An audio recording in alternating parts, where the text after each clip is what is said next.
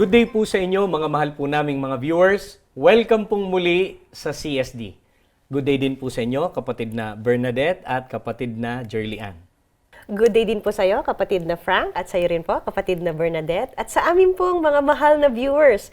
Maraming salamat po for always staying with us. Magandang araw din po sa inyo, Sister Jerly Ann and Brother Frank.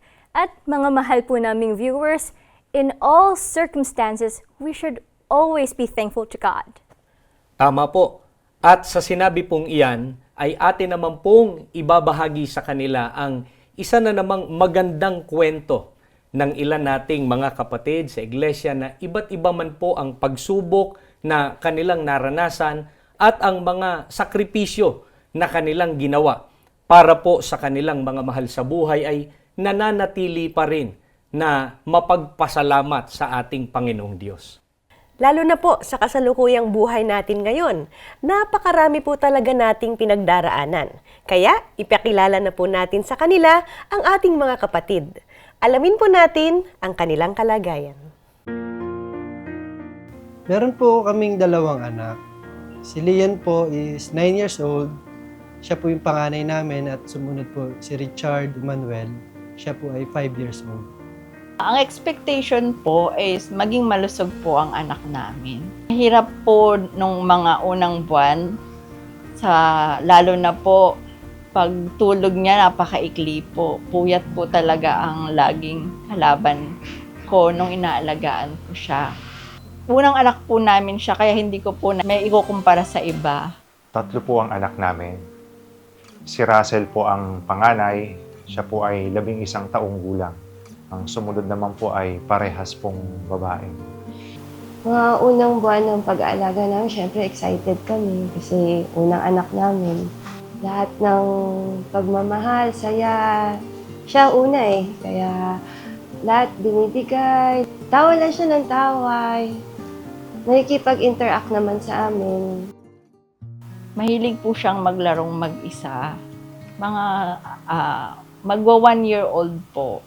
Wala po siyang binabanggit na salita kahit mama, wala siyang sinasabi.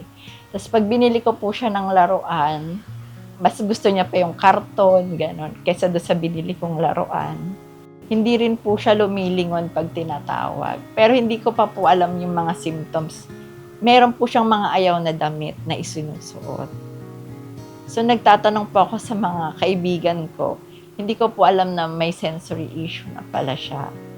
Na nararamdaman, kailangan dapat itong particular lang na tela yung gusto niyang isuot.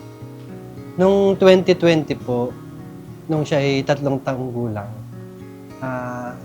nalaman po namin na meron po siyang autism sapagkat nung minsan pong nagpa-check up po kami sa isang pediatrician at napansin po nung doktor na wala po siyang eye contact.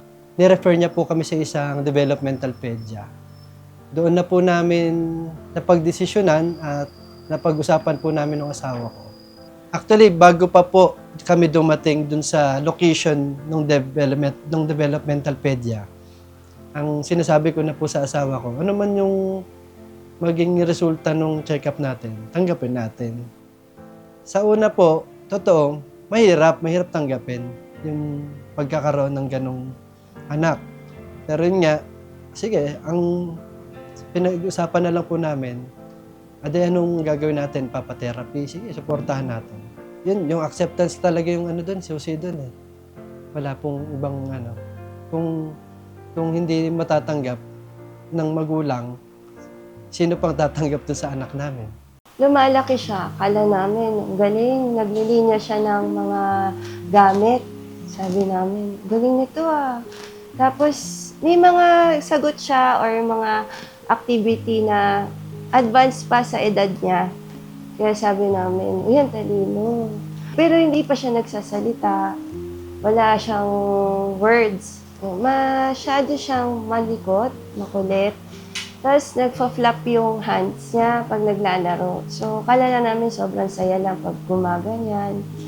Tapos, meron din time na ang hilig niya sa bilog. So, lahat ng bilog, gulong, bola, kahit anong object, ibig sabihin mo, oh, ito moon, shape of the moon. Ang sasabihin niya, crescent. Galing naman, crescent ang nasabi, hindi bilog or circle. Yung unusual niyang mga ginagawa pa, yung pagkain lagi nandito sa pisngi, na ang tagal kahit makatulog siya. Marami pong pagkakataon na pumasok sa isipan namin na parang may kakaiba po sa anak namin. Siguro po ako bilang ama na ang anak ko po lalaki, ang expectation ko, siyempre lalaki yan, medyo may delay. Wala kasi sa pamilya po namin na may ganun uri ng ano po kalagayan. So hindi po kami aware. Kung tawagin nga nila, autism po.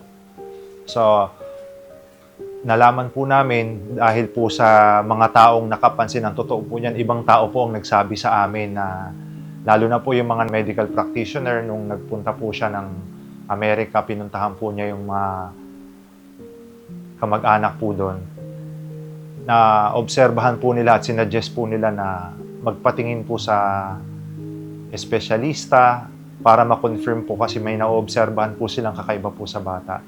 Kami po, nung tinitignan namin siya, yun nga po una namin napansin yung sa eye contact. Medyo hindi po siya ganon ka tumingin sa amin kapag kinakausap. At hindi po siya minsan nakikinig kapag ibang tao yung kumakausap sa kanya. Lalo na yung walang authority sa kanya. Pero later on, nung marami yung, alam niyo po kasi bilang lalaki, lalo na sa amin, medyo denial ako eh. Yun ang totoo. Ako po yung last na nag-accept sa amin. Sa aming mag-asawa, nung sabi nga nung asawa ko, magpatingin na natin. Ako po yung tumututo, sabi ko hindi eh. At pahin natin, wag mong madaliin, hindi naman siguro ganyan. Pero deep inside ho, medyo na ano na ako noon, meron ng kaba sa akin na paano kung ganun nga yung kalagayan niya. Nagkaroon po kami ng mutual decision po nung aking may bahay. Nagpanata po kami niyan. Sabi namin, una sa lahat, siyempre sumangguni tayo sa Diyos kung ito bang gagawin nating hakbang, mas makakatulong sa ating anak. So nagpanata po kami, tapos humiling po kami ng patnubay na kung kaninong doktor kami dapat lumapit. Yung sakripisyo, mas parang dinagdagan pa namin yung sipag namin para matugunan po yung pangangailangan ng anak namin. Tapos lalo po kaming lumapit sa Ama na nagbibigay ng lakas para makayanan namin yung pinagdadaanan ng anak namin. Unang-una po pinansyal. Napaka-mahal po ng therapy. Tapos yung doctor, pati school. Parang sa edad pa lang niya kailangan, para ka na nagpapaaral ng college. Saka po yung behavior niya nung maliit pa siya. Hindi po pwedeng, hindi ko kasama yung daddy niya. Kasi sa daddy niya lang siya sumusunod. Minsan, hindi pwedeng, kailangan pag magte-therapy, si daddy lang po ang maghahatid. Siyempre po, bibigyan siya ng oras. Bago pa po siya na-diagnose, alam namin may kulang na sa kanya. So, pinatherapy na po namin agad siya, kahit wala pa pong diagnosis ng doktor. Nung una siguro, nabibigatan po kasi, oo, sa una po pag nalaman po na may ganyan, may autism yung anak ng isang tao, malulungkot ka. Nakatulong po yung pagiging may tungkulin ko. May mga sakop po ako na pagka dinadalaw po namin sila, nagsasabi po sila ng problema, kaya ibinabahagi ko po sa kanila yung karanasan namin sa pagkakaroon ng anak na may autism. So, sinasabi lang po namin sa kanila na magtiwala sa Diyos, manalangin, huwag pabayaan ng pagsamba, manalangin sila, magkaroon sila ng pansariling panata sa experience namin sa samba sa pamilya namin. Di siya nagkukulang sa amin.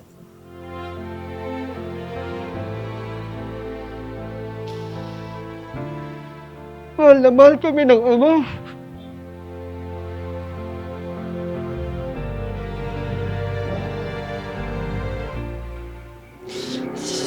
Si Si Lian po kasi yung anak namin na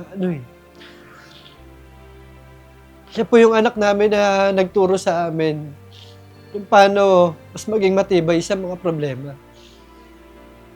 Sa experience po namin bilang mag-asawa sa pag-aalaga, sa pagtataguyod po sa anak namin, kay Lian, nandyan po ang pagsamba, nandyan po ang Diyos. Lalo pong tumibay ang pananampalataya namin sa Kanya, sa pangunguna po ng pamamahala. Alam po namin kung ano po yung direksyong tutunguhin namin. Siyempre po, ibinibigay namin yung mga pangangailangan, tas yung oras namin.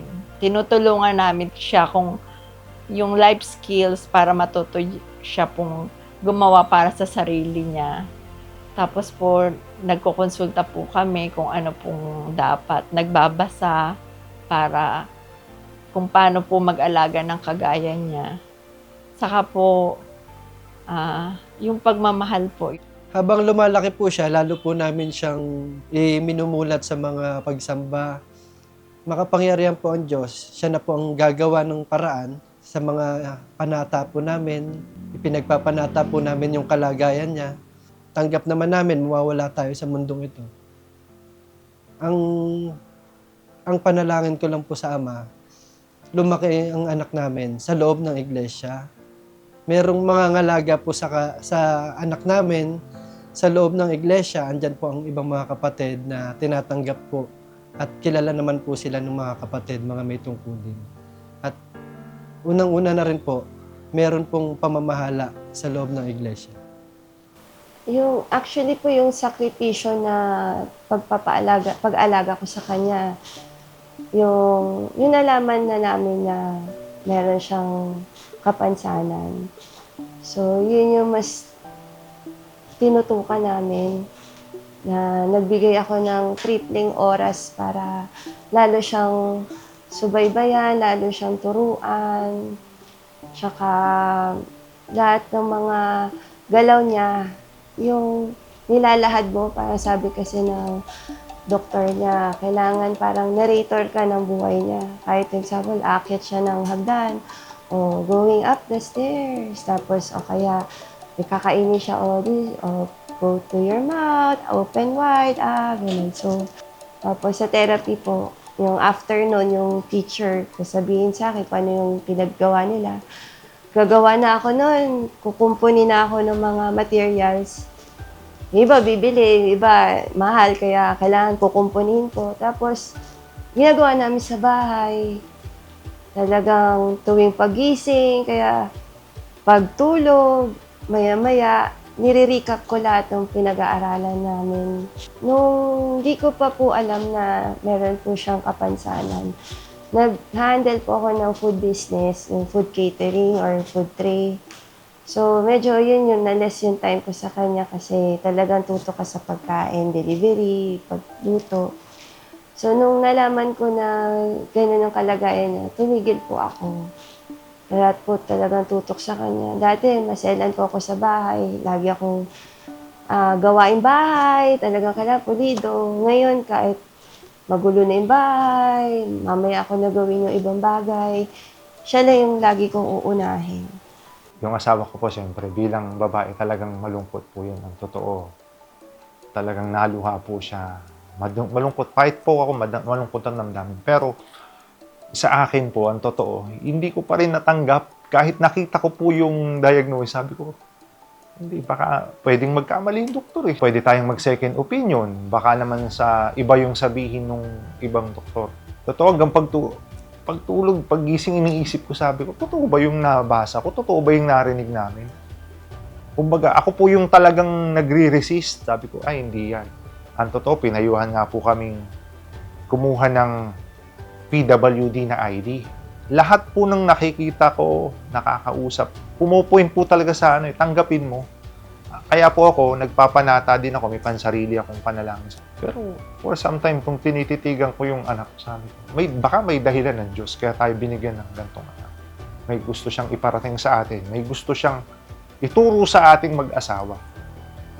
Nakikita ko po yung asawa ko na talagang nakita ko kung gaano yung sakripisyo niya magsimula po nung pinagbuntis. isinilang yung bata. Pag nililingon ko yung mga bagay na yun at nung humiling kami sa Diyos na, ayun nga, bigyan kami ng anak, biyaya to galing sa Diyos. Kung ito man ay pagsubok sa amin, tatanggapin ko to ng maluwag sa loob ko.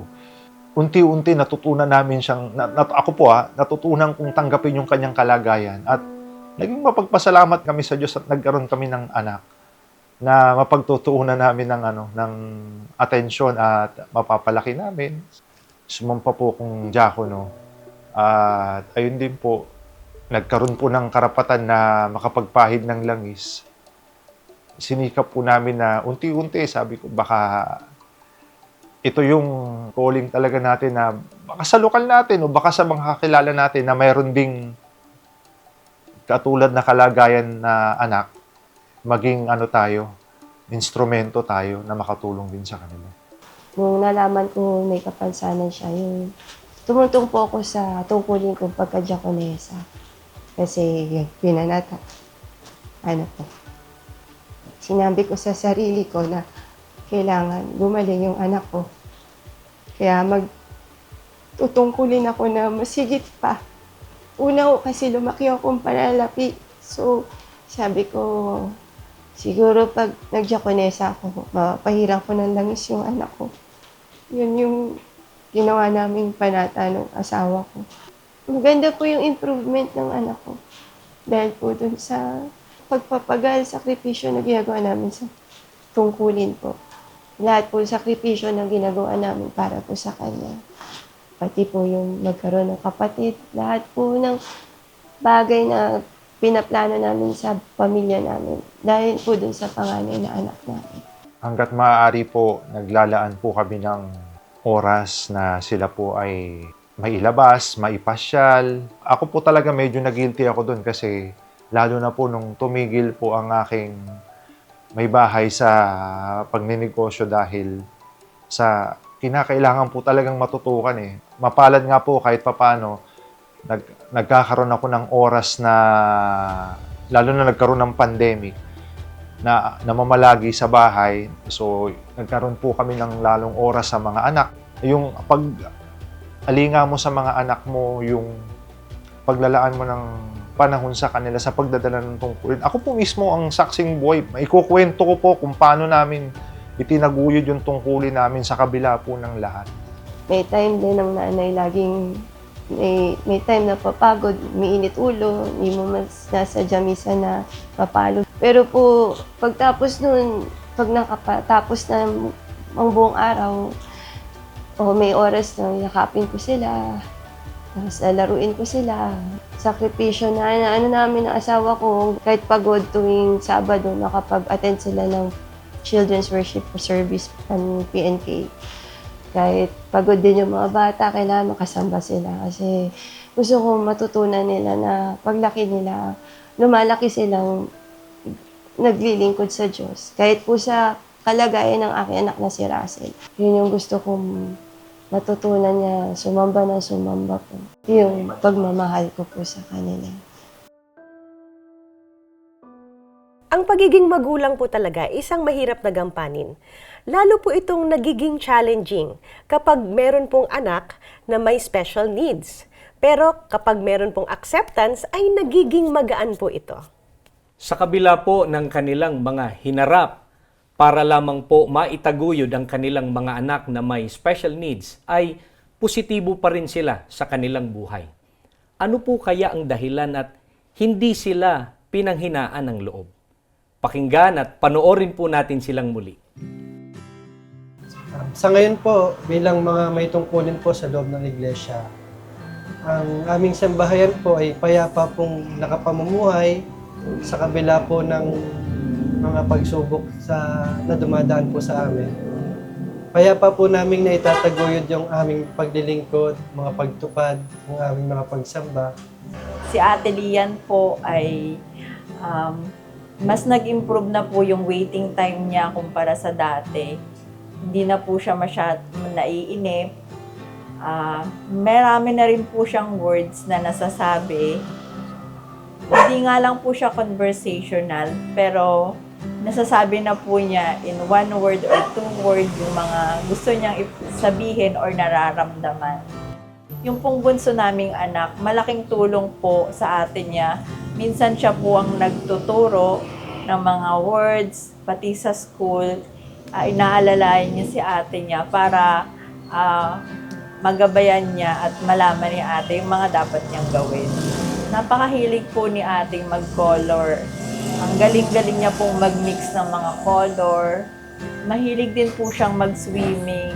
Natuto na nga lang po siyang mag-swimming sa sarili niya. Tapos sa school po, nag-excel po siya sa painting, sa coloring. Saka po yung mga teacher niya, gusto na rin po siyang ilagay sa inclusive or Inclusion. regular school para po mag-improve pa po siya lalo. Nakatulong po sa amin at kay Lian po yung mga pagsamba po, lalo na po yung mga pagsamba ng kabataan. Kapag ka Sunday po at nakikita niya na po kaming nagbibihis, nauna na po rin siyang bumaba at nakabihis na rin po siya ng pangsamba niya. At pag nasa kapilya na po siya, nasa dako na po siya ng pagsamba, nagkakaroon na po siya ng interest doon sa ginagawa po niyang pagsamba. Nakatulong po yung mga therapist niya. Mas matagal na po siyang nakakaupo sa oras ng mga pagsamba. Masaya po kami nung malaman po naming meron pong itinatag ang pamamahala na samahan para po mangalaga at magsinop din po sa mga kapatid natin na mayroong special na pangangailangan, gaya nga po ng mga may autism, may mga ADHD. Yung CSD po na Christian Society for the Deaf. Malaki po ang naitulong ng CSD sapagkat hindi lang po kami bilang mga magulang yung tumutulong sa anak namin para maging isang mabuting tao, maging isang mabuting Iglesia ni Cristo, nariyan din po yung samahan. Napakasaya po namin na may tinatag na samahan para sa kagaya naming mga magulang. Namimit po namin yung mga kagaya namin na may ganun din po palang kalagayan. Yung mga anak po namin, nagkakaroon po sila ng socialization. Nagugulat po kami na kaya nilang gawin yung mga pinapagawa sa kanila sa activity na yon. Nakikita namin na napakasaya nila. Gayon din po kaming mga magulang. At nananabik pa po kami na sana po sa mga na marami pa pong ganong pagtitipon ng aming madaluhan. Tapos po meron po silang tinatag po para hindi lang po sa mga anak namin, pati din po sa mga caregiver, sa parents, na special day para matreat namin yung aming mga sarili. Nagkaroon ng games, may free massage, Salon. may free salon, haircut, at meron pa rin pong mga free na mga dress. Naramdaman po namin na hindi lang po kami na mga magulang nila yung mga ngalaga sa aming mga anak. Nariyan po ang ating tagapamahalang pangkalahatan na nakasuporta din po sa amin at sa aming mga anak. Sa awa at tulong naman po ng ating Panginoong Diyos, sa kabila po ng mga pinagdaraanan namin sa buhay, maayos naman po ang aming pamilya. Kami po ay masiglang nakapaglilingkod. Lumalaki naman po ng maayos yung mga bata. Lalo siyang nagiging responsible yung ginagawa ng mga therapist kasi hindi ko alam kung paano nila nagagawa na may mga masabing salita yung mga bata doon. Pero malaking tulong po na nagagawa na niya yung mga dapat yung magawa na ginagawa ng mga normal na bata. Tapos, nagiging katuwang ko siya sa bahay. Hindi siya mahirap turuan. Kita ko magaling siya sa art. Magaling siya mag-drawing, mag-paint. Kahit sa computer, magaling din siya. Minsan nga, nanonood lang siya ng YouTube. Tapos, ililipat lang niya ng ibang program. Pina-follow niya. Kaya kahit parang nagsi-self-study siya, minsan inoobserba namin siya sa malayo kung ano yung ginagawa niya. Pero syempre, maganda kung mas matutukan pa namin na ma-enroll siya. Sa pag-aaral niya, lahat ng mga guro naman niya sabi sa kanya magaling siya sa academic. Noon nga, baka biro lang or tsamba lang, pero nung nilipat din namin siya ng ibang school, ganun din yung sinasabi ng ibang guro niya, kahit sa tutor, sabi ko, magaling nga. Kasi pag nag-aaral siya, concentrate siya, talagang tutok siya. Ang anak po namin, alam niya kapag araw ng pagsamba, gabi pa lang, excited yan. Kami po natutuwa kasi dahil yun na rin po yung naituro po sa kanya, nakalakihan niya na talagang kailangan niyang gawin. Excited po siya, hindi lang sa school, lalo na pagsasamba kasi doon sa pagsamba ng kabataan, lalo ngayon, hindi lang after nung pagsamba, meron pang mga activities. Minsan may mga art at nabigyan na recognize pa siya. Kaya natutuwa po yung anak namin. Yung nagkaroon po ng programa dun sa mga differently abled. Kasi noon meron na po tayong tulad nga po nung sa CSD para sa mga deaf. Nung nagkaroon po ng pagkakataon na ma-recognize yung mga may batang autism, siyempre dahil kami po may anak na gano'n, natuwa po talaga kami at nagkaroon po kami sa distrito. After po nung nagkaroon po kami sa central, nilingap po yung mga bata, tapos pati po yung mga magulang, binigyan po ng gabay para sa pagpapalaki po doon sa gantong mga batang may kalagayan katulad nila. Kami po mismo ang nag-a-advocate na ito kailangan samahan ito talagang binigyan tayo ng pansin ng pamamahala. Parang privilege sa amin na ayun, na-recognize tayo ng ating namamahala, nagkaroon ng ganitong mga programa, pinagsimikapan na laanan ng panahon. Lalo na nung nakita namin nagpunta kami sa museum, sabi ko talagang inayos nila yung museum para makater lang yung event para sa mga differently abled. Sobrang sabi ko, ito yung effort na talagang binigyan ng pansin, pagpapahalaga yung mga bata at mga magulang ng mga batang may ganong kalagayan. Hindi lang po masaya na panatag, masasabi kong panatag na napakapalad natin, tayo Iglesia ni Cristo, nagkaroon tayo ng, hindi lang tayo Iglesia ni Cristo, tayo pa yung mga may tungkulin. Tapos meron tayong mapagmalasakit at mapagmahal na namamahala na naglalaan ng ganitong mga proyekto. Kaya nung nakikita namin talaga yung mga bata doon, na-feel ko safe yung anak ko. Ito yung kalingang kailangan talaga. Suporta na kailangan ng mga bata at ng mga pamilya. Nagpapasalamat po kami sa tagapamahalang pangkalahatan, ang kapatid na Eduardo Manalo, sa pagpapatibay niya po sa mga aktibidad tungkol po sa mga kapatid na may special needs. Sa ating tagapamahalang pangkalahatan, kapatid na Eduardo Manalo, maraming salamat po. Hindi niyo po kami pinababayaan. Lubos po kaming nagpapasalamat. Pinagkakaloob pa rin po ng ating Panginoong Diyos ang aming mga pangangailangan. At pinagkakaloob din po yung tibay ng pananampalataya. Nagpapasalamat po kami na buong puso sa proyekto na binibigay niyong oportunidad para sa aming mga anak na may kapansanan. Malaking bagay po ito sa aming lahat dahil po sa mga ganitong paraan, makakapaglingkod sila at higit sa lahat, unti-unti matutunan nila na kailangan nilang lumapit sa Diyos upang tulungan at gabayan sa araw-araw nilang buhay. Nagpapasalamat po kami sa ating Panginoong Diyos at ginagamit po ang kasangkapan ng ating tagapamahalang pangkalahatan, ang kapatid na Eduardo B. Manalo, sa pagkalinga at paglulunsad ng mga aktibidad ng Christian Family Organizations. Hindi po matatapos na magpasalamat at manalangin sa ating Panginoong Diyos na sana patuloy pa pong gabayan ng ating namamahala, ang buong iglesia na makalinga po yung mga pamilya na kagaya po namin na may ganitong kalagayan po ang anak. Napanood po natin ang pagmamahal at dedikasyon ng mga magulang na may anak na may autism. Kapag ang Panginoong Diyos ang ating sandigan, tuloy-tuloy po ang pag-asa at pagpapasalamat. At dahil sa pagmamahal at pagmamalasakit ng tagapamahalang pangkalahatan ng Iglesia ni Cristo, ang kapatid na Eduardo V. Manalo sa mga differently abled person, mas may gabay, suporta at inspirasyon para sa kanila.